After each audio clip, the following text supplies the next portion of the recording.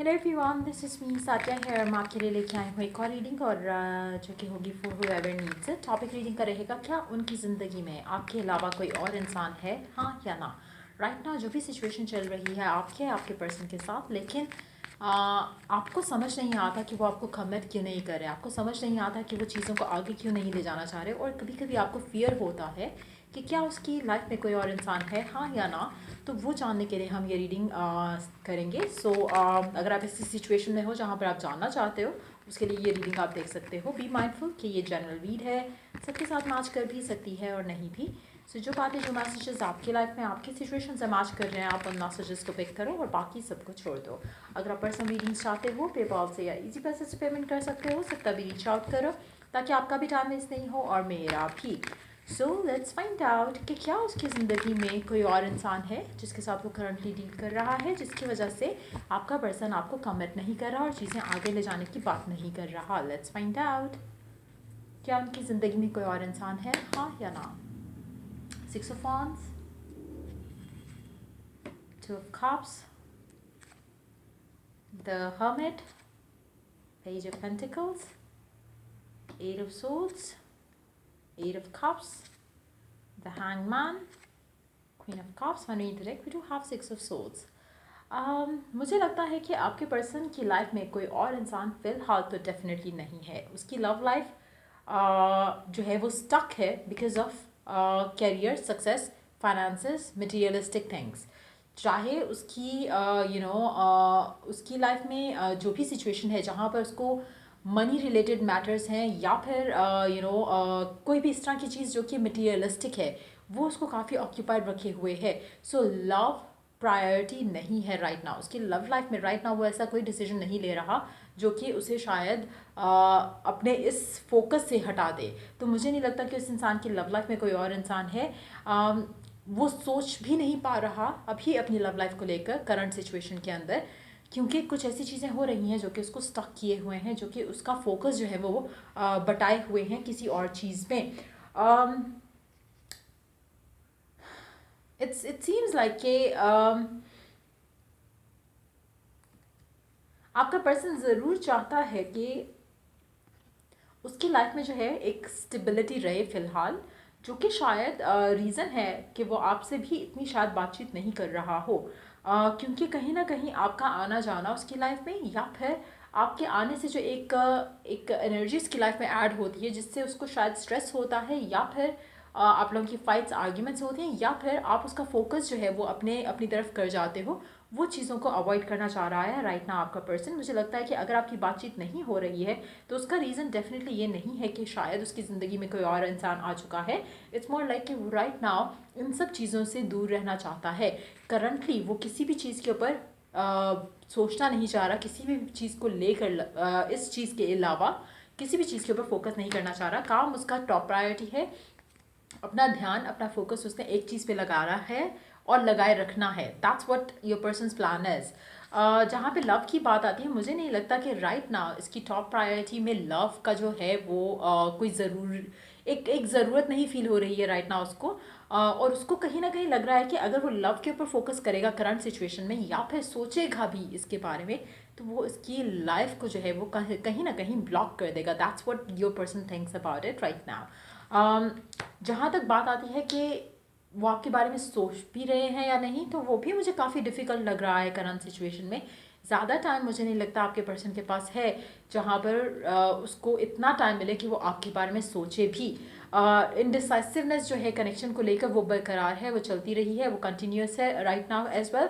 मुझे लगता है कि आपके पर्सन को रात के टाइम पे स्पेशली वो आपके बारे में ज़रूर सोचते हैं। चाहे उनके पास दिन में टाइम मिला नहीं मिला, आपके बारे में सोचा या नहीं सोचा, मुझे लगता है कि जो रात का जो टाइम होता है उसमें आपका पर्सन ज़रूर आपके बारे में सोचता है। लेकिन वो ये नहीं सोचता कि आपको रीच आउट करे या कॉन्टैक्ट करे, वो ये सोचता है कि वो आपका प्यार मिस करता है अपनी लाइफ में, आपकी प्रेजेंस अपनी लाइफ में मिस करता है। क्योंकि राइट नाउ उसकी लाइफ में सिर्फ स्ट्रेस है, चाहे वो काम के रिलेशन से है या फिर उसकी फैमिली के रिलेशन से है, चाहे वो घर के मामलात की सिचुएशन में से है। बट यस, कुछ मटीरियलिस्टिक ऐसा है जो कि उसकी ज़िंदगी में है जो कि उसको स्ट्रेस कर रहा है। आपका होना उसकी लाइफ में उसको हैप्पीनेस देता था है, और वो उस चीज़ को मिस करता है। लेट्स सी कि आपको लेकर आपका पर्सन क्या सोच रहा है, क्योंकि कोई और पर्सन तो उसकी ज़िंदगी में नहीं है, लेकिन वो आपको लेकर करंटली जो है वो क्या फील करता है, क्या सोचता है। अभी आपका पर्सन अपने आप को प्रिपेयर कर रहा है, वो आपके बारे में उस तरह से शायद नहीं सोच रहा, लेकिन एक जो सिनेरियो चल रहा है आप दोनों के दरमियान में, वो कहीं ना कहीं उसको प्रिपेयर कर रहा है आपकी तरफ आने के लिए। मुझे लगता है कि आपका पर्सन की लाइफ में जो वो स्टेबिलिटी देखता है, या जो एक एक एक लाइफ में एक फ्लो चाहता है, वो आपके साथ वो देखना चाहेगा। आपके साथ ग्रोथ, आपके साथ कनेक्शन को आगे ले जाना वो चाहता है कि आपसे बात करे, लेकिन समहाउ चीज़ें फेवरेबल नहीं हैं।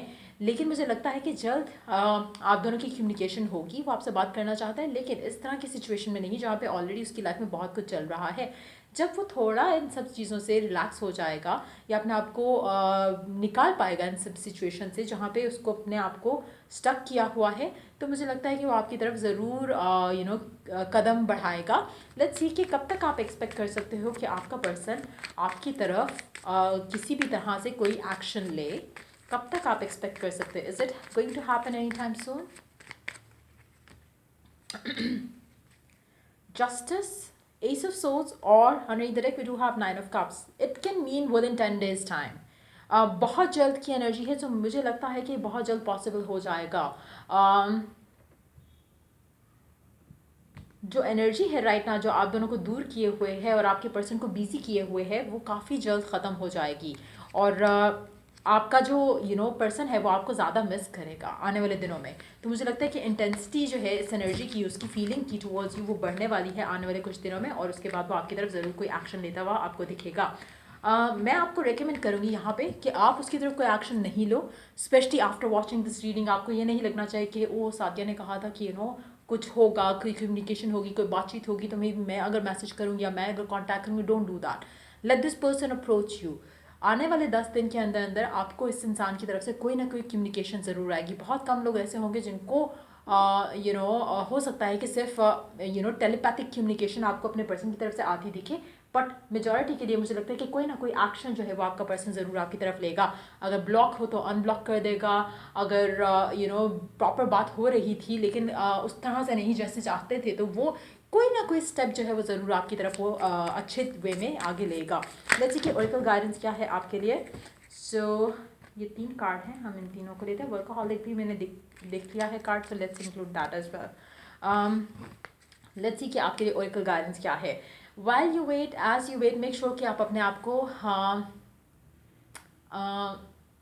अपनी पर्सनल ग्रोथ के ऊपर काम करने की कोशिश करो। When I say personal growth, it doesn't have to be with this person, as in कि आपको अपने ऊपर काम करने की बहुत ज़रूरत है।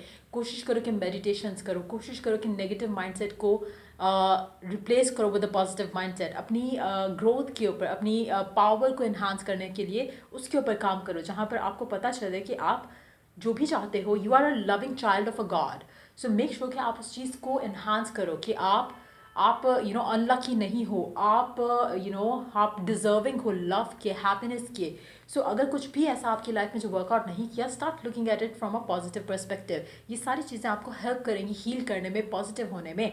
उसके अलावा आइसोलेशन, मेक श्योर कि आप अपना काफ़ी टाइम कोशिश करो आने वाले 10 दिनों में स्पेशली अकेले स्पेंड करो, जहाँ पे आप मेडिटेट करो, लाइट म्यूज़िक लगा दो अगर आप लगाना चाहते हो, कैंडल्स लाइट कर सकते हो अगर आप करना चाहते हो, बट कोशिश करो कि ज़्यादा से ज़्यादा टाइम अकेले स्पेंड करो। उससे आपकी लाइफ में आपको बहुत सारी चीज़ों की क्लैरिटी मिलेगी। एक और चीज़ मैं यहाँ पे थोड़ा रेकमेंड करूँगी, इट्स टोटली योर कॉल। कोशिश करो कि अनहेल्दी खाना 10 दिन के अंदर एटलीस्ट नहीं खाओ, जहाँ पे फ्राइड फूड हो सकता है, जहाँ पे चिकन मटन, वेजिटेरियन डाइट पे, या अगर आप फ्रूट डाइट पे चले जाओ तो वो आपके लिए ज़्यादा अच्छा रहेगा। उसमें आपके लिए आसानी इस चीज़ की रहेगी कि आपको डिवाइन मैसेजेस पिक करने में बहुत आसानी होगी। जब आप लाइट खा रहे होते हो, लाइट पी रहे होते हो, तब आपके लिए आपकी एनर्जी इतनी पॉजिटिव होती है कि you will be able to pick up signs as if कि जैसे universe is communicating to you directly. तो इतना क्लियर एक वाइब होता है जो कि आपको आराम से गाइडेंस जो है आप रिसीव कर सकोगे। वर्कोहॉलिक हो सकता है कि आपका पर्सन जो है वो काफ़ी वर्कोहॉलिक हो। अगर वो भी सिचुएशन है, तो ये जो आपका 10 दिन का जो टाइम फ्रेम आप अपने आप को दोगे और अपने ऊपर फोकस करोगे, अपने पर्सन के ऊपर फोकस नहीं करोगे, तो इससे होगा क्या कि आपका पर्सन अपने वर्क को छोड़कर आपके ऊपर फोकस करेगा, और ये जो टाइम अपार्ट आप लोगों को मिला है, इसमें उसको आपको अंडरस्टैंड करने की जो है वो एक चाहत जो है वो फील होगी, एक विलिंगनेस उसके अंदर आएगी। कोशिश करो कि इस पूरे टाइम में अपने आप को बिजी रखो। अगर आप वर्क करते हो तब वर्क में अपने आप को बिजी कर लो, अगर आप वर्क नहीं करते हो तो make sure you find yourself a hobby. Next card है सर्विस। कोशिश करो कि इस टाइम के अंदर be kind and generous to the people you care और the people you don't know even. कहीं ना कहीं किसी भी वे में अगर आप किसी को किसी भी तरह से हेल्प करते हो, उसका रिवॉर्ड आपको ज़रूर मिलेगा। और आप प्रे भी कर सकते हो, आप विश भी कर सकते हो, डिज़ायर भी कर सकते हो कि जो भी आप कर रहे हो, जो भी अच्छा काम आप कर रहे हो, आपको उसके रिटर्न में अपने गॉड से आपको ये चीज़ चाहिए जो आपकी लव लाइफ में आप सॉर्ट आउट करना चाह रहे हो। आप मांग भी सकते हो अपने गॉड से if you want to. So otherwise you can just do the thing and just feel positive about it. कोई चैरिटी कर दो, डोनेशन कर दो, किसी को फीड कर दो, चाहे बर्ड्स हों, चाहे एनिमल्स हों, चाहे किसी इंसान को फीड करना चाहो तो वो भी कर सकते हो, या किसी भी तरह से कोई ना कोई जेनरॉसिटी का काम अगर आप कर दो तो आपके लिए अच्छा रहेगा। सो ये थी रीडिंग आप लोगों की। अगर आपको हेल्प किया हो, गाइड किया हो तो लाइक शेयर सब्सक्राइब जरूर करो। And till I do the next reading for you guys, take care, bye.